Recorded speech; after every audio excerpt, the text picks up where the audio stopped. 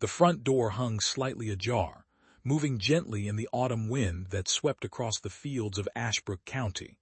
Inside the farmhouse, a half-eaten breakfast sat on the kitchen table, the coffee in the ceramic mugs long gone cold, a thin film forming on its surface. Upstairs, beds remained unmade, clothes draped over chairs as if their owners had simply stepped away for a moment and would return any second to continue their ordinary lives. But they never did.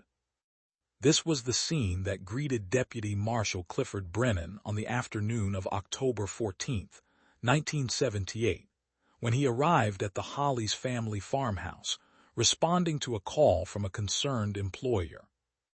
The property sat 3 miles outside the small town of Millridge, Washington, a place where everyone knew everyone, where doors were rarely locked, and where the sight of a police vehicle parked in someone's driveway drew curtains aside all down the street. The Hollies family had lived in that house for nearly 7 years. Vernon Hollies, 42 years old, worked as a supervisor at the timber mill that employed nearly half the able-bodied men in the county. His wife, Maureen, 38, taught piano lessons from their home and volunteered at the local library every Thursday afternoon. Their children, Garrett, 15, and Lydia, 12, attended Millridge Regional School, where Garrett played on the junior varsity basketball team, and Lydia had just been cast as Dorothy in the upcoming school production of a popular musical. They were, by all accounts, an unremarkable family living an unremarkable life in an unremarkable corner of the Pacific Northwest. The kind of family that waved to neighbors, attended church on Sundays without fail, and hosted a barbecue every 4th of July that drew half the street. Vernon coached Little League in the summers. Maureen baked pies for every church fundraiser.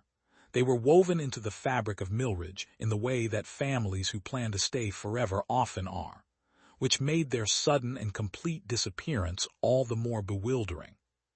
The call had come from Douglas Pritchard, the mill manager, who had grown increasingly concerned when Vernon failed to show up for work 3 days in a row without any word. This was entirely out of character. Vernon Hollies had not missed a single day of work in 4 years, not even when he'd had a terrible flu the previous winter and could barely stand. Pritchard had tried calling the house repeatedly, but the phone just rang and rang, unanswered. On the 3rd day, Pritchard drove out to the farmhouse himself. He knocked on the front door, called out, walked around the perimeter of the house peering in windows. He saw the breakfast dishes. He saw the stillness. Something in his gut told him this was wrong, deeply wrong, and so he drove directly to the sheriff's office in town. Deputy Brennan, a methodical man with 20 years of law enforcement experience, approached the scene with cautious professionalism. He had seen enough domestic situations go sideways to know that empty houses could tell dark stories. But as he walked through the Hollies' home that October afternoon, he found himself increasingly puzzled rather than alarmed. There were no signs of struggle. No overturned furniture, no broken glass, no indication of any kind of confrontation or violence. The house was tidy, almost meticulously so, with the exception of those strange frozen moments of interrupted domesticity. In the living room, a book lay open on the arm of the sofa, a bookmark placed carefully beside it, as if Maureen had intended to return to that exact page. In Garrett's bedroom, homework assignments sat half-completed on his desk, a mechanical pencil lying across the page at the precise angle it would have fallen from a relaxed hand. Lydia's room showed evidence of a young girl's careful organization, her collection of horse figurines arranged on a shelf in order of size, her bed neatly made with the corners tucked in tight. In the kitchen, Brennan examined the breakfast more closely. 4 plates, 4 sets of silverware.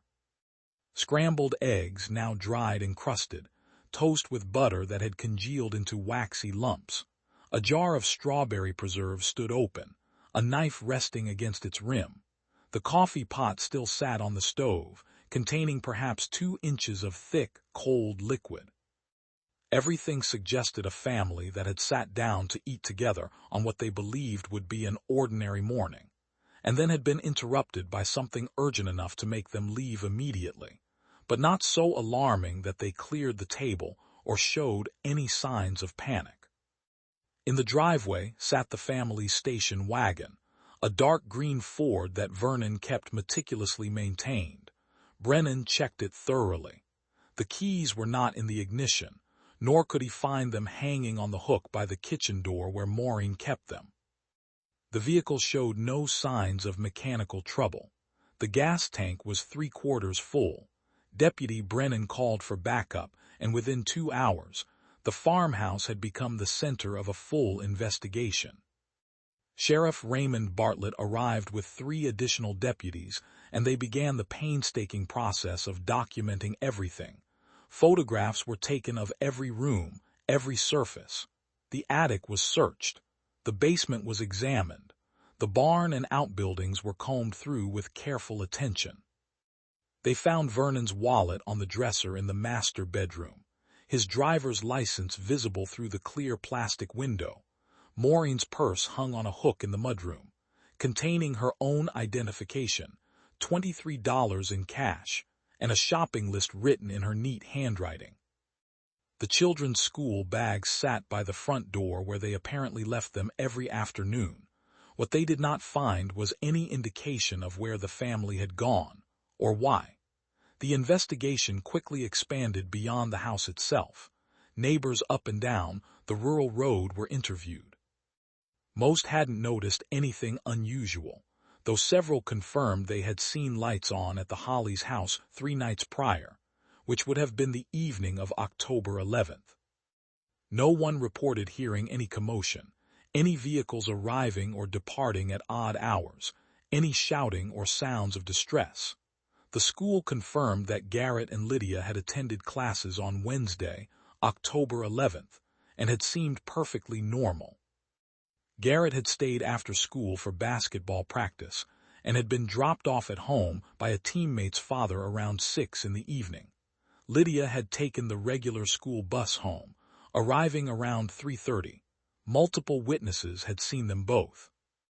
The mill confirmed that Vernon had worked his full shift on October 11th, leaving at his usual time of 5 o'clock. Coworkers reported nothing out of the ordinary in his behavior or demeanor. He had been in good spirits, had joked with several colleagues, had made plans to help a friend replace a fence the following weekend. Maureen's piano students and their parents were questioned. Her last lesson had been on Tuesday afternoon, October 10th. The mother who had brought her daughter for that lesson remembered that Maureen had seemed cheerful and had reminded them about a recital planned for November. She had given no indication that anything was troubling her or that she had any plans to go anywhere. Everything pointed to a family living their normal lives right up until the morning of October 12th, when they simply ceased to exist as functioning members of their community. The Millridge community responded to the disappearance with the mixture of concern and fascination that such mysteries inevitably generate. Search parties were organized.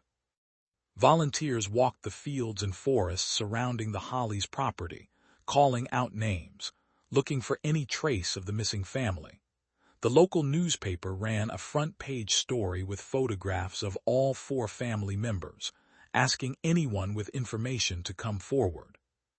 Tips began flowing into the sheriff's office, most of them well-intentioned but ultimately useless. Someone thought they had seen the family at a gas station in a town 40 miles away, but the description didn't quite match and the timeline was wrong. Another caller insisted they had spotted Vernon Hollies boarding a bus to California, but when investigators followed up, it turned out to be a case of mistaken identity. A psychic from Seattle contacted the sheriff's office offering to help, claiming she had visions of the family near water, but the entire region was full of lakes and rivers, and her information was too vague to be actionable. As days turned into weeks, the investigation began to reveal certain details about the Hollies family that complicated the initial portrait of suburban normalcy. Financial records showed that Vernon had been struggling with debt. The mortgage on the farmhouse was 3 months behind. Credit card statements revealed a pattern of spending that exceeded the family's income. There had been a second mortgage taken out on the property 18 months earlier, the money from which seemed to have simply disappeared with no obvious corresponding purchases or investments. Interviews with Vernon's colleagues at the mill took on a different character. As people became more willing to share information they might have initially considered unimportant or too personal. Several mentioned that Vernon had seemed stressed in recent months, had been seen in intense conversations with men no one recognized, had received phone calls at work that left him agitated and distracted. Maureen's friends from church began to open up about concerns they had quietly harbored. She had seemed increasingly anxious throughout that year, had canceled social engagements more frequently, had mentioned to one friend that she was worried about Vernon but wouldn't elaborate on the nature of her concern. Another friend remembered Maureen asking hypothetical questions about how someone might start over in a new place, whether it was possible to simply leave everything behind and begin again. At the time, the friend had assumed Maureen was speaking abstractly, perhaps even talking about a book she was reading, but in retrospect, the conversation took on darker implications. The children's teachers and friends were interviewed more thoroughly. Garrett, the 15-year-old, had been acting out in small ways that semester. His grades had dropped slightly. He had been involved in a shoving match with another student in the cafeteria, something completely unlike his previous behavior. His basketball coach mentioned that Garrett had seemed distracted during practices, had snapped at teammates on a few occasions, had asked to be excused early from a practice session, claiming he didn't feel well. Lydia, the 12-year-old, had apparently confided to a close friend that her parents had been fighting more than usual, that she sometimes heard them arguing late at night when they thought the children were asleep. She had mentioned feeling scared, though she wouldn't or couldn't articulate what frightened her. The friend's mother, feeling guilty that she hadn't taken this more seriously at the time, provided this information to investigators with tears streaming down her face.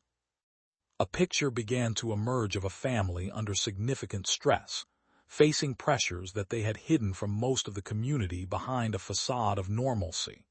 But even with this expanded understanding, investigators were no closer to knowing what had actually happened to them. Sheriff Bartlett consulted with the state police and eventually with federal investigators, but no one could make sense of the evidence. If the family had run away from debts or threats, why would they leave behind identification, money, and their vehicle?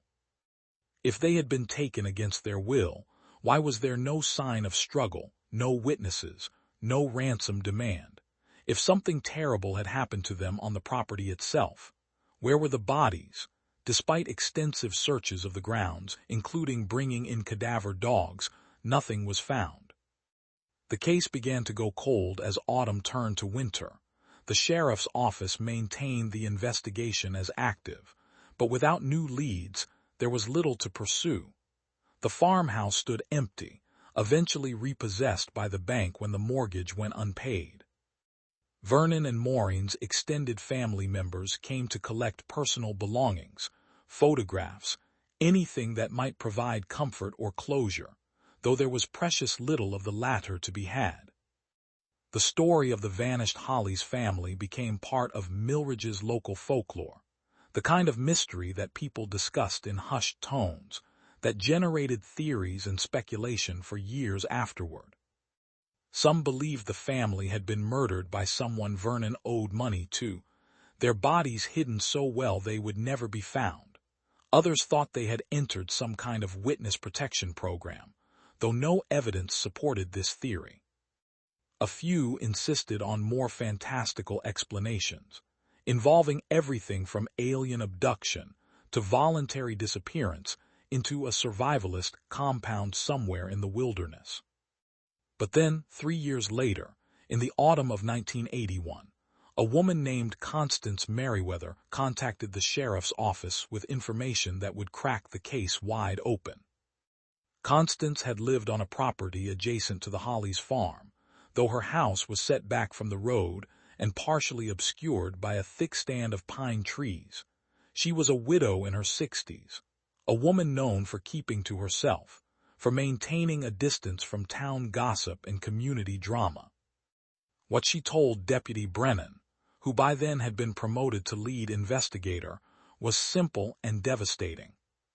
She had been awake early on the morning of October 12, 1978, sitting by her kitchen window with a cup of tea as she often did, watching the sunrise paint colors across the fields. She had seen 3 vehicles pull into the Hollies' driveway just before dawn.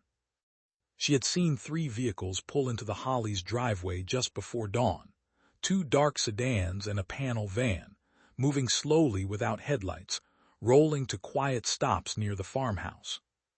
She had watched as men emerged from the vehicles, perhaps 6 or 7 of them, though the distance and the early morning dimness made it difficult to be certain. They had moved with purpose toward the house, and then, after perhaps 20 minutes, she had seen the Hollies family being led out, one by one.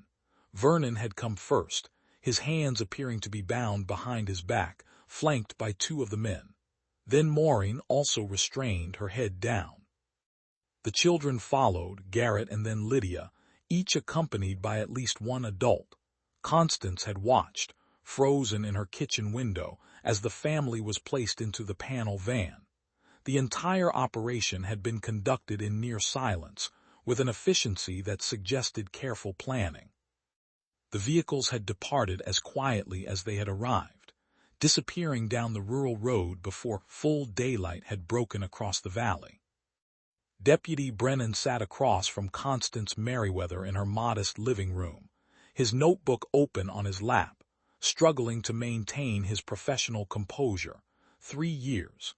This woman had possessed information about the disappearance of an entire family for 3 years and had said nothing. He asked the question that screamed in his mind with as much measured calm as he could manage. Why had she waited so long to come forward?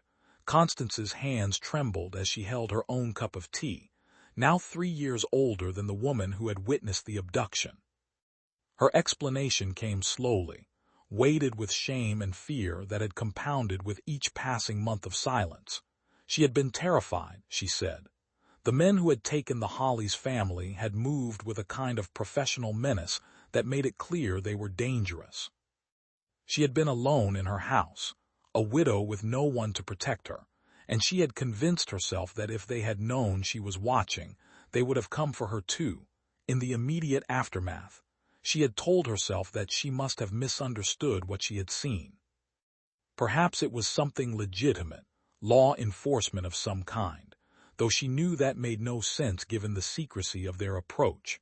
Perhaps the family had arranged it themselves somehow, though that rationalization crumbled under even the slightest scrutiny.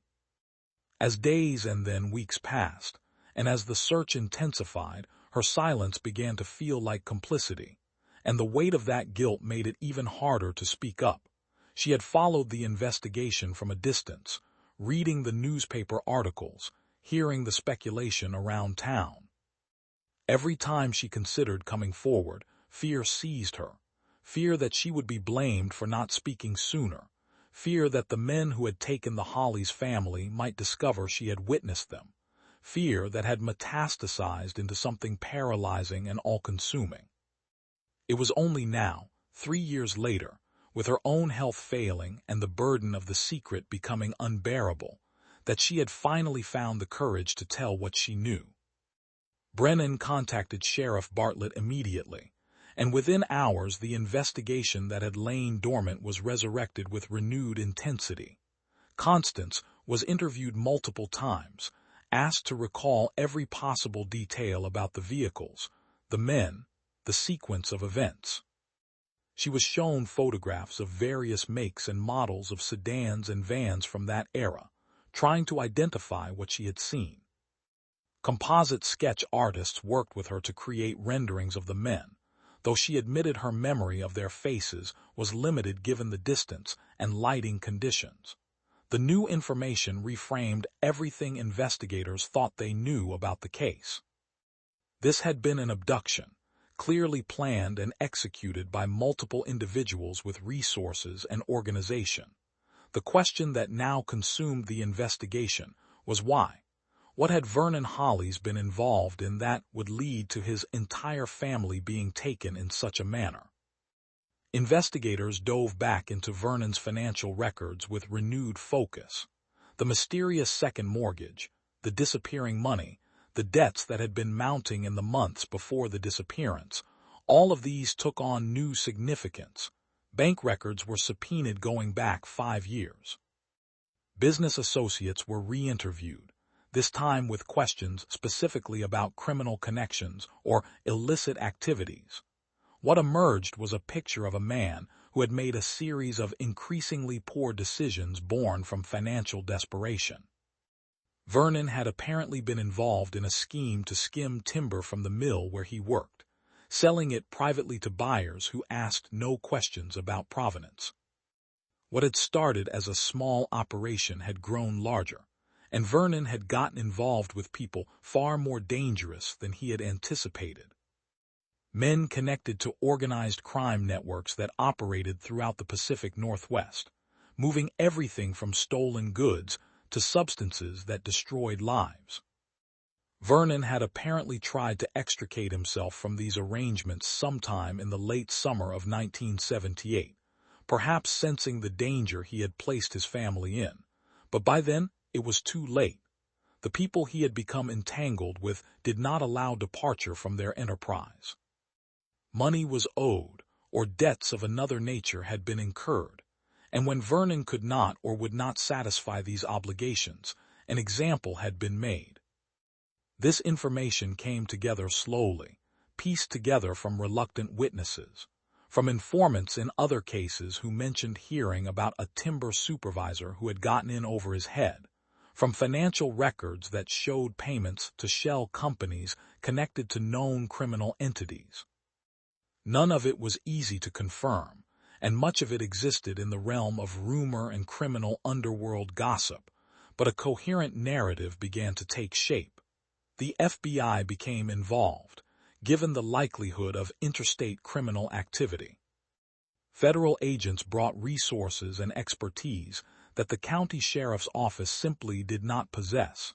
Surveillance records were examined. Wiretaps from unrelated investigations were reviewed for any mention of the Hollies case. Informants were pressed for information. The panel van that Constance had described was similar to vehicles used by a particular criminal organization in several other abductions and murders during that period. But despite the renewed energy and expanded resources poured into the investigation, the ultimate question remained unanswered. Where were the bodies? Where had the Hollies family been taken, and what had become of them? The most likely scenario, investigators concluded, was that the family had been killed shortly after the abduction and their remains disposed of in a manner that would prevent discovery. The Pacific Northwest offered countless remote locations where such a thing could be accomplished. Dense forests, deep lakes, abandoned mine shafts, the endless wilderness that stretched for hundreds of miles in every direction. Without more specific information about where to search, the chances of recovery were essentially zero. The case generated media attention when news of Constance's testimony became public. Regional newspapers and even some national outlets ran stories about the family that had been abducted from their breakfast table, about the neighbor who had watched in silence, about the criminal underworld that had reached into a quiet rural community and destroyed innocent lives. The coverage brought new tips, new supposed sightings, new theories, but nothing that led to any concrete breakthrough. Vernon's extended family, who had spent 3 years clinging to the faint hope that perhaps their loved ones had simply run away and might someday return, were forced to confront the much darker reality. Memorial services were held, though there were no remains to bury. Maureen's mother, already elderly when her daughter disappeared, did not survive long after learning the likely truth of what had happened. The grief, investigators noted quietly among themselves, kept claiming victims even years after the initial crime. Constance Merriweather herself became a figure of complicated public opinion. Some sympathized with her fear and understood why she had remained silent. Others blamed her, arguing that if she had come forward immediately, perhaps there might have been some chance of rescue, some possibility of intervention. She lived the remainder of her life under that cloud of judgment, dying alone in her farmhouse 4 years later, having never fully forgiven herself for her silence. The investigation eventually reached another standstill. The FBI maintained the case in their active files, but without new leads to pursue, agents moved on to other matters. Sheriff Bartlett retired in 1985, handing over his badge and his files to his successor with the Hollies case still unresolved, still haunting him. Deputy Brennan, by then a senior investigator, continued to review the file periodically, hoping for something new, some overlooked detail that might crack open a path to resolution. Milridge changed in the years that followed, as all small towns do. The timber mill, already struggling with economic shifts in the industry, downsized significantly and then closed entirely in 1992. Many families moved away seeking employment elsewhere. Main Street stores shuttered their windows. The town that had once felt vibrant and close-knit began to hollow out, becoming a place that younger generations left as soon as they were able. The Hollies farmhouse, repossessed by the bank and eventually sold at auction, went through a series of owners, none of whom stayed long. The property carried a weight, a history that seemed to seep into the bones of anyone who tried to live there. By the late 1990s, it sat abandoned, windows broken by vandals, the porch sagging under years of neglect. It became a place that teenagers dared each other to approach on Halloween, a haunted house not because of ghosts, but because of the very real horror that had occurred there. Clifford Brennan retired from law enforcement in 1998 after 40 years of service. He had worked hundreds of cases over those decades, had seen humanity at its worst and occasionally at its best, but the Hollies family disappearance remained the one that he could never let go. In retirement, he maintained a personal copy of the case file in his home office, and he continued to follow up on leads on his own time, no longer bound by official protocols or resource limitations. He tracked down and interviewed people who had moved away from Milridge, former associates of Vernon Hollies who might have remembered something years later that seemed unimportant at the time.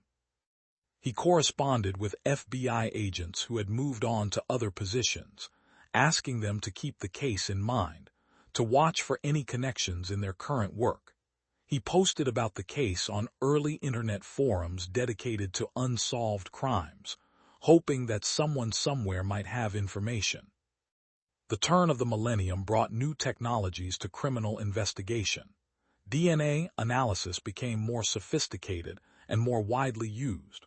Cold cases from decades past were being solved through advances in forensic science that would have seemed like science fiction in 1978. Databases were created that allowed law enforcement agencies to share information more efficiently than ever before. Digital record-keeping replaced file cabinets, making it possible to search through vast amounts of data quickly. Brennan, now in his 70s, learned to use a computer specifically so he could continue his investigation in this new era. He maintained contact with the current investigators assigned to the Hollies case, offering his institutional knowledge and historical perspective. He attended conferences on cold case investigation, sitting in rooms with detectives half his age, absorbing new methodologies and techniques.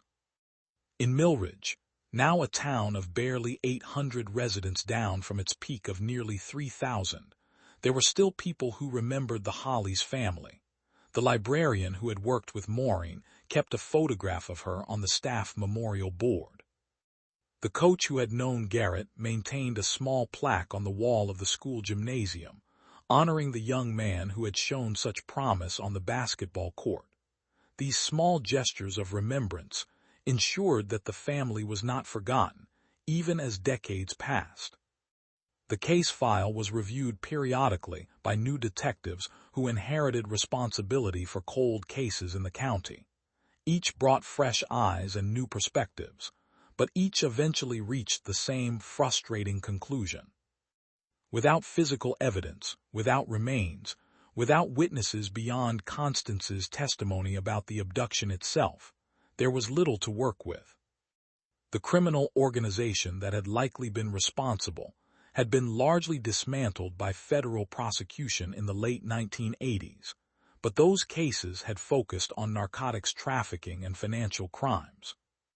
None of the individuals who were convicted ever admitted to or were charged with the Hollies' abductions. Some of those convicted had died in prison. Others were released after serving their sentences and disappeared into the anonymity of new identities and distant locations. Attempts to interview them about the Hollies case were met with either flat denials or refusals to speak. The code of silence that governed criminal organizations held firm, even when there seemed to be no logical reason to maintain it. Then, in the autumn of 2019, 41 years after the Hollies family vanished, a construction crew breaking ground for a new highway bypass approximately 70 miles from Millridge made a grim discovery. Buried in a remote forested area that was about to be cleared, their excavation equipment uncovered what appeared to be human remains. The medical examiner's office was contacted immediately, and a careful archaeological excavation of the site was undertaken. What they found were 4 sets of skeletal remains, buried in a single grave approximately 6 feet deep. The bones were examined, measured, analyzed with all the technology available to modern forensic science. The remains were consistent with 2 adults and 2 juveniles. 1 adult male, 1 adult female, 1 adolescent male, and 1 pre-adolescent female. Based on the bone development and measurements, the ages matched almost perfectly with what Vernon, Maureen, Garrett, and Lydia Hollies would have been in October of 1978. Dental records, maintained carefully in the case file all these years, were compared to the teeth recovered from the remains. The comparison was conclusive. After more than 4 decades, the Hollies family had been found. Clifford Brennan received the phone call on a Tuesday afternoon in October. He was 87 years old, sitting in his home office surrounded by the case files and notes he had maintained for over 40 years. The detective on the other end of the line, a woman young enough to be his granddaughter, spoke with a mixture of professional composure and genuine emotion as she delivered the news. They had been found.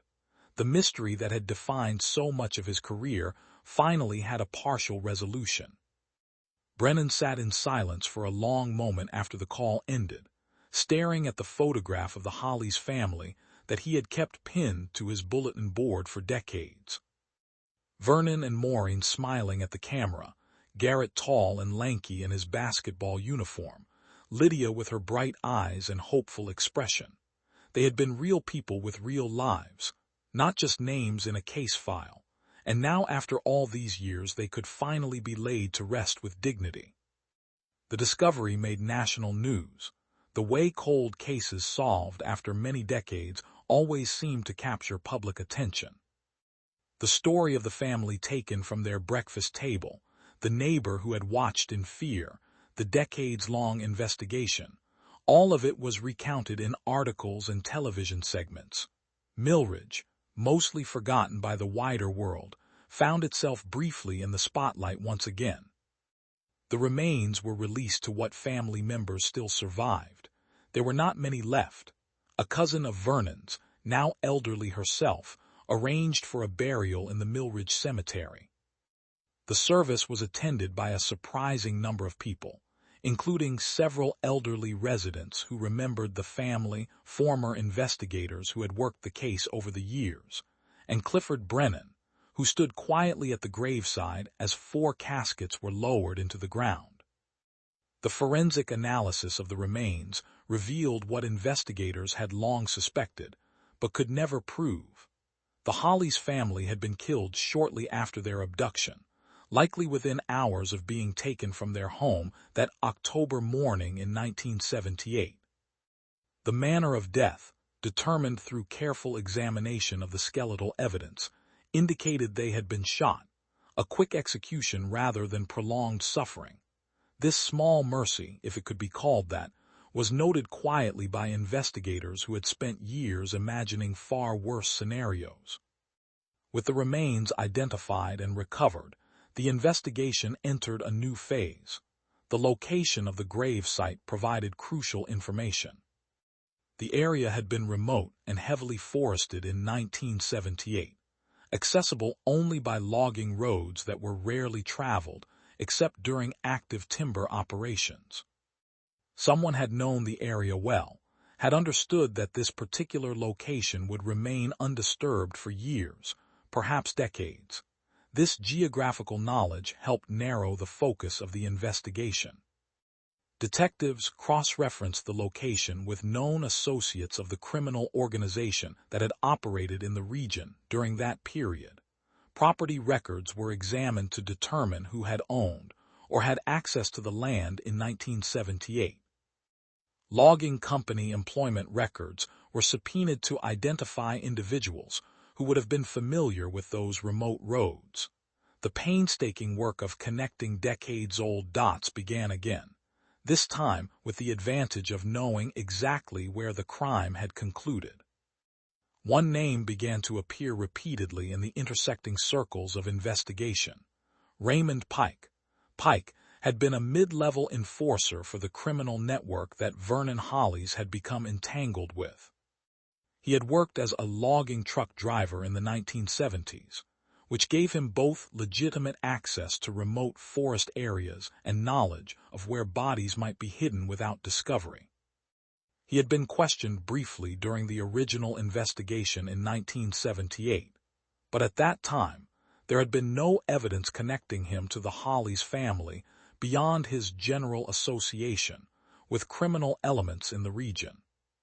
Pike had been arrested in 1983 on unrelated charges involving drug trafficking and had served 12 years in federal prison. Upon his release, he had apparently attempted to live a quieter life, moving to a small town in eastern Oregon where he worked as a mechanic and kept largely to himself. He was now 74 years old, living alone in a modest house, his health failing, his criminal past something he believed he had left behind. Federal agents and local detectives arrived at Pike's door on a cold morning in January of 2020. He answered in his bathrobe, unsurprised to see them, as if he had been expecting this moment for 4 decades. They asked if they could come in and talk. He nodded and stepped aside, holding the door open with a resignation that spoke of profound weariness. In his living room, surrounded by the ordinary artifacts of a solitary life, Raymond Pike confessed. He spoke slowly, sometimes pausing for long moments, his voice carrying the weight of years spent living with what he had done. He had been part of the team that abducted the Hollies family. He had driven one of the sedans that pulled into the driveway that morning. He had helped restrain Vernon Hollies and had watched as the family was loaded into the panel van. They had taken them to a warehouse in an industrial area outside Tacoma, Pike said. The family had been held there for several hours, while the people in charge decided what to do with them. There had been discussion about whether the message could be sent by taking only Vernon, but ultimately the decision had been made that the entire family represented a loose end that could not be allowed to exist. Witnesses, potential problems, evidence of what Vernon had been involved in. Pike had not been the one to pull the trigger. He was careful to make that clear, as if this distinction mattered in any moral calculus. But he had been there. He had helped dig the grave in that remote forest location. He had helped carry the bodies and cover them with earth and branches. He had driven away knowing that a family had been erased from existence because of choices made by desperate and dangerous men. Why had he done it? The detective asking the questions posed this with genuine curiosity rather than judgment. Pike looked at his hands for a long time before answering. He had been young, he said, only 33 years old, and he had been afraid. Afraid of the people he worked for. Afraid of what would happen to him if he refused orders. Afraid of stepping outside the structure that had defined his life since his early 20s. He had told himself at the time that he was just following instructions, that he was not responsible for the decisions being made above his level. But he had known, even then, that this rationalization was hollow. The years since had not been kind to him, Pike continued. He had carried the weight of what he had done every single day. He had tried to outrun it by moving, by building a different life, by avoiding anything that might remind him of that morning in October. But it had followed him like a shadow, present in every moment of silence, every nightmare, every interaction with innocent families that reminded him of what he had helped destroy. He had watched the news coverage when the remains were discovered, Pike admitted. He had known immediately that this day would come. Part of him felt relief that the waiting was finally over. He was tired of carrying the secret, tired of the fear, tired of being haunted by the faces of those children who had done nothing wrong except be born into a family whose father had made terrible choices. The confession was recorded, transcribed, and reviewed by prosecutors. Raymond Pike was arrested and charged with 4 counts of first-degree murder, along with kidnapping and various other offenses. Given his age and health, there was some question about whether he would survive long enough to stand trial, but prosecutors were determined to see the case through to its conclusion. Pike's attorney, a young public defender assigned to the case, had the uncomfortable task of defending a man who had confessed to participating in the murder of an entire family. There were discussions about a plea agreement that would spare everyone the trauma of a trial, but the surviving family members wanted their day in court. They wanted to stand in front of the man who had helped kill their loved ones and be heard. The trial took place in the late summer of 2020, delayed slightly by the pandemic that had reshaped the world. The courtroom was arranged to accommodate social distancing, masks covering the faces of everyone present, adding a surreal quality to already extraordinary proceedings. Clifford Brennan, now 88 years old, was present every single day, sitting in the front row of the gallery, his walker beside him, his attention never wavering. The prosecution presented the forensic evidence, the confession, the circumstantial connections that placed Pike at the scene. The defense did not contest the basic facts, but attempted to paint a picture of a man who had been caught in circumstances beyond his control, who had lived with remorse for decades, who posed no threat to anyone now. It was a difficult argument to make with any conviction. Testimony from the investigation filled in details that had remained unknown for 41 years. Other members of the criminal organization, some granted immunity in exchange for their cooperation, provided context about the decision to eliminate the Hollies family. The organization had been fracturing at that time, facing pressure from law enforcement, and the leadership had decided that anyone who represented a potential weakness needed to be dealt with severely.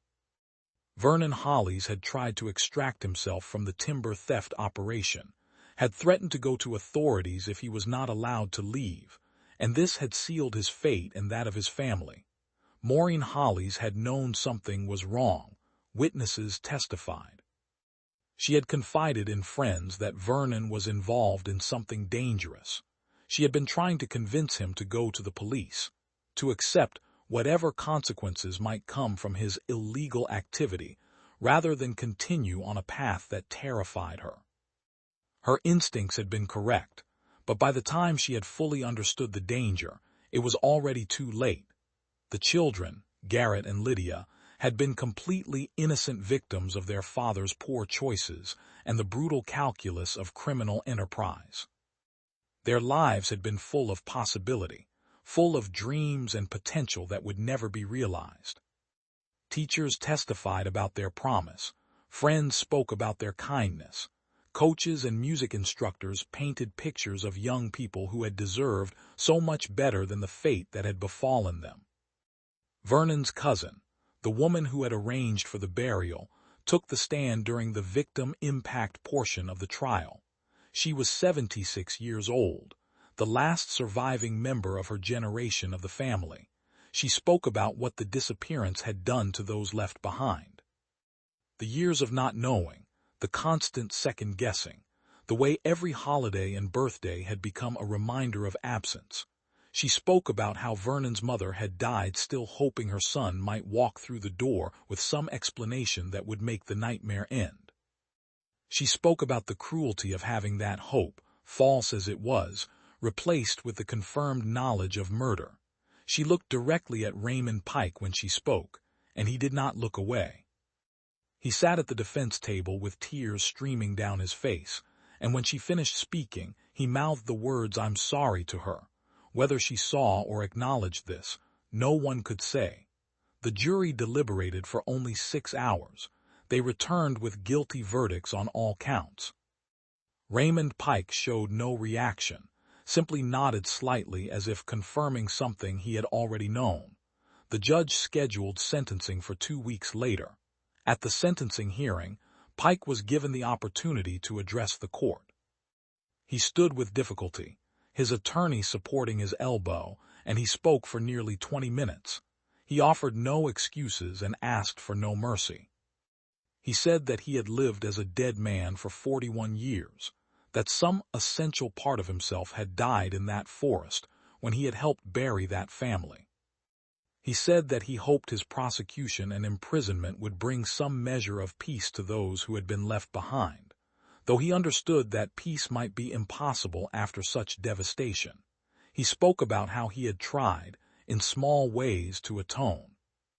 He had volunteered at youth centers in the years after his release from his first prison term. He had donated anonymously to organizations that helped families of crime victims. He had tried to be kind to everyone he encountered, as if accumulating small acts of decency might somehow balance the enormous evil he had participated in. But he knew, he said, that the scales could never be balanced. Some debts could not be repaid. The judge, a woman in her early 50s who had presided over countless difficult cases in her career, listened with an expression that revealed nothing. When Pike finished speaking and sat down, she delivered a sentence that surprised no one: life in prison without the possibility of parole. Given Pike's age and health, this was effectively a death sentence, and everyone in the courtroom understood it as such. Clifford Brennan sat in the gallery and felt a complex mixture of emotions wash over him: relief that the case had finally reached legal resolution, sadness that it had taken so long, that so many people who should have witnessed this day had not lived to see it, anger that remained even after 4 decades, anger at the waste, at the cruelty, at the ripple effects of violence that had touched so many lives. And something else, harder to name, a sense of completion that came from seeing a piece of work through to its end. After the sentencing, Brennan stood outside the courthouse with other investigators who had worked the case over the years. Some had retired like him, others were still active in law enforcement. They did not celebrate exactly, but there was a sense of shared acknowledgement. They had done their jobs. They had not given up. Justice, delayed and imperfect as it was, had been served. A reporter approached Brennan, asking how it felt to finally close the case after so many years. He considered the question carefully before answering. "It doesn't close," he said finally. "A case like this never really closes. Those children don't get their lives back. That mother and father don't get to see their kids grow up. Vernon doesn't get the chance to make different choices. The reporter asked what he had learned from spending more than 4 decades pursuing this case. Brennan thought about Constance Merriweather, whose fear-driven silence had cost so much time. He thought about Vernon Hollies, whose financial desperation and poor judgment had placed his family in the path of monsters. He thought about the criminal organization that had viewed human lives as disposable problems to be eliminated. He thought about Raymond Pike, who had followed orders and lost his soul in the process. "I learned that silence protects the wrong people," Brennan said. "I learned that ordinary people can make choices that lead to extraordinary evil, and that extraordinary evil often wears an ordinary face. I learned that time doesn't heal all wounds, but truth can at least let the healing begin." The execution of Raymond Pike did not occur through any official means. His health, already fragile, deteriorated rapidly in prison. 6 months after his sentencing, he died of heart failure in the prison medical unit. His death was noted in a brief news article that mentioned his conviction and the Hollies case. There were no mourners at his burial, no service held. He had requested that his body be cremated and his ashes scattered without ceremony, and this wish was carried out by the state. In Millridge, the old Hollies farmhouse, abandoned and deteriorating for years, was finally demolished in the spring of 2021. The county had condemned the structure as unsafe, and no one had come forward to claim or restore it. A crew tore it down over the course of 3 days, hauling away the debris to a landfill. The property was cleared and eventually sold to a developer who planned to build several smaller homes on the acreage. Before the demolition, Clifford Brennan had asked permission to walk through the property one final time. He moved slowly through the rooms where the Hollies family had lived their last normal moments. The kitchen where breakfast had gone cold, the bedrooms where children had slept, the living room where a book had been left open, waiting for a reader who would never return. The spaces were empty now, stripped of anything valuable, covered in dust and damage from weather and neglect. But Brennan could still sense the echoes of the life that had once filled these rooms. He stood in the kitchen for a long time, imagining that October morning. The family gathering for breakfast, unaware that these were their last moments of normalcy. Vernon perhaps already anxious, knowing that dangerous men were unhappy with him, but hoping he could manage the situation somehow. Maureen worried but trying to maintain routine for the children. Garrett and Lydia focused on school and friends and all the small concerns of adolescence, innocent of the storm that was about to break over their lives. The phone call must have come. Investigators had theorized, or perhaps there had been a knock at the door. Something that had made Vernon tell his family to come with him, that had caused them to leave the breakfast table immediately. Had he known what was about to happen? Had he realized in those final moments that his choices had doomed not just himself, but everyone he loved? Brennan left the farmhouse and stood in the overgrown yard, looking out at the fields that stretched toward Constance Merriweather's old property. She had stood at her window and watched, paralyzed by fear. He did not judge her harshly for that. Fear was a powerful force, and she had been alone and elderly, and faced with a situation beyond anything in her experience. She had paid for her silence with years of guilt that had ultimately driven her to come forward. Perhaps that was its own form of justice. The cemetery where the Hollies family was now buried had become a place that Brennan visited regularly. Their grave was marked by a simple monument that listed all 4 names with their birth and death dates. The death dates, so long unknown, were now officially recorded as October 12, 1978. Flowers appeared regularly at the grave site, left by people who had known the family, by investigators who had worked the case, by citizens of Millridge who wanted to ensure the family was remembered. Brennan often brought flowers himself, usually in the early morning when the cemetery was quiet. He would stand at the grave and talk to the family sometimes, telling them about the investigation's progress when the case was active, and later simply sharing his thoughts about life and memory and the importance of not forgetting. He knew they could not hear him, knew that whatever consciousness they had once possessed was long since gone to wherever such things go. But the act of speaking to them felt important somehow, a recognition of their humanity, a refusal to let them be reduced to just another cold case file. As he grew older and his health declined, Brennan began to think about his own legacy. He had worked hundreds of cases, had helped solve crimes and bring criminals to justice over a career that spanned 4 decades of active service and 2 more decades of persistent investigation in retirement.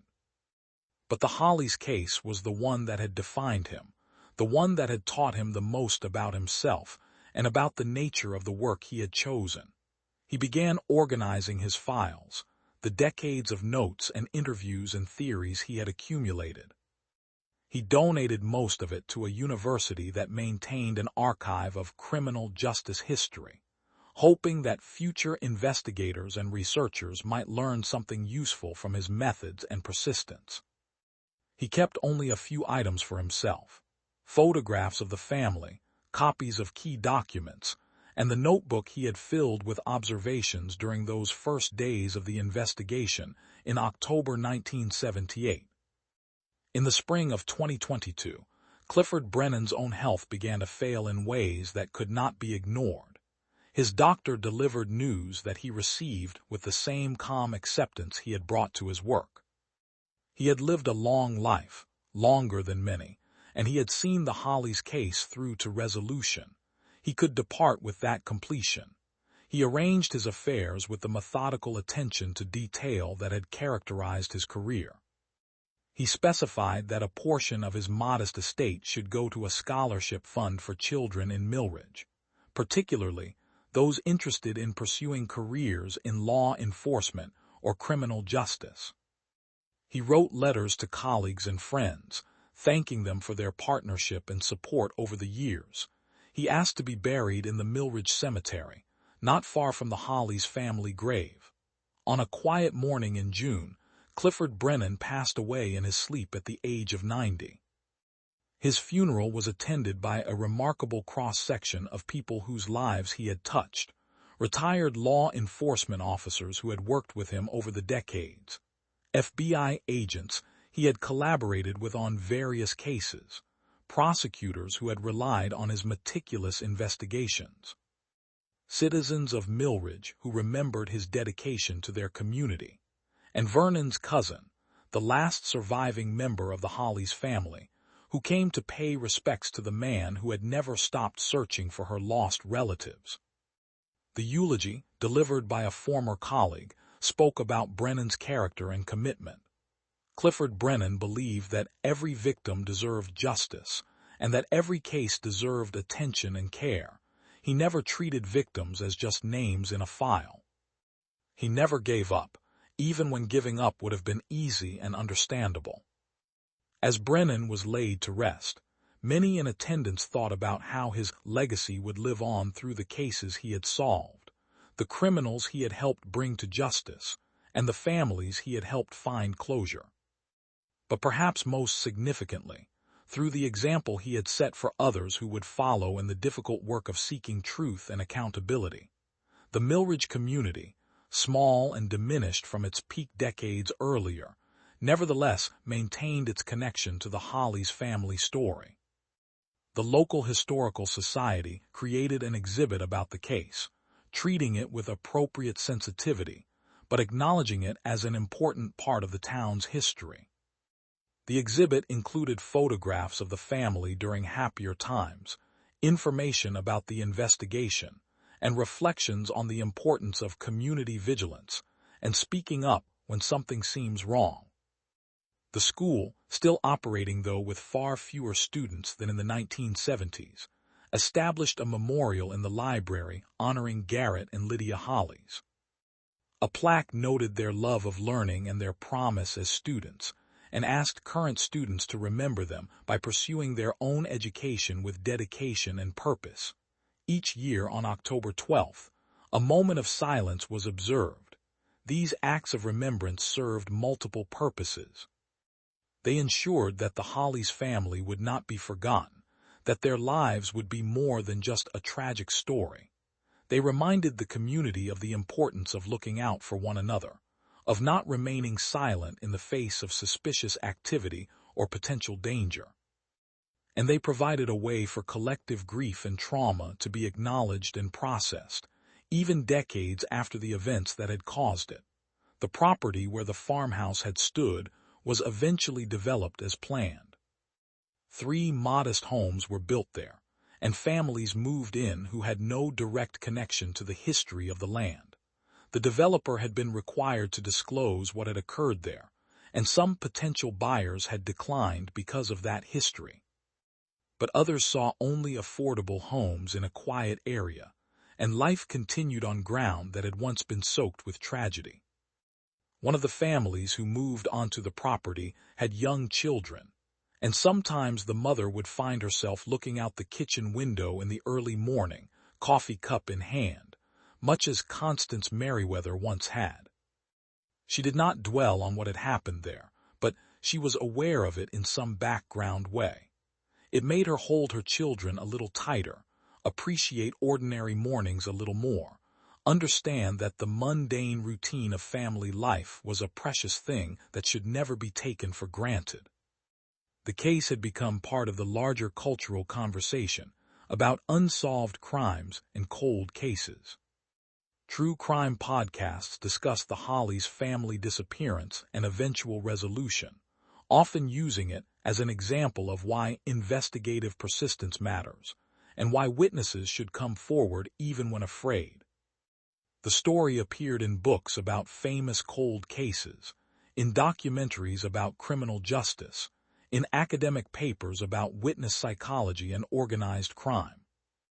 Through all of this attention, those who had known the family personally worked to ensure that Vernon, Maureen, Garrett, and Lydia were portrayed as real people rather than just victims in a sensational story. They shared memories of Vernon's terrible jokes and his dedication to coaching Little League. They talked about Maureen's gentle patience as a piano teacher and her beautiful singing voice. They remembered Garrett's infectious laugh and his loyalty to his friends. They spoke of Lydia's creativity and her dreams of becoming a veterinarian. These humanizing details mattered. They resisted the tendency to reduce victims to plot points in a narrative of violence. They insisted that before the tragedy, there had been life, full and complex and valuable.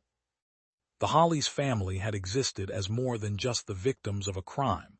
They had been people with hopes and flaws and love and ordinary human complexity.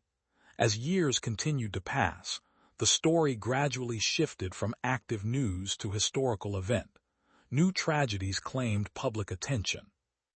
The world moved forward as it always does, with relentless momentum that eventually relegates even the most shocking events to the status of historical footnote. But in Millridge, in the cemetery where they were buried, in the memories of those who had known them or worked to find them, the Hollies family remained present. The truth of what had happened to them, so long hidden, had finally been revealed. The man responsible for their deaths had been held accountable, had confessed, had been sentenced. The detective who had dedicated much of his life to finding them had seen the case through to completion before his own death. Justice, imperfect and incomplete as it always is in cases of irreversible loss, had nevertheless been served. What remained was the work of memory, of ensuring that lives lost were not forgotten, that lessons learned were passed forward. The Hollies family's tragedy had taught harsh truths about the consequences of criminal involvement, about the ripple effects of violence, about the cost of silence.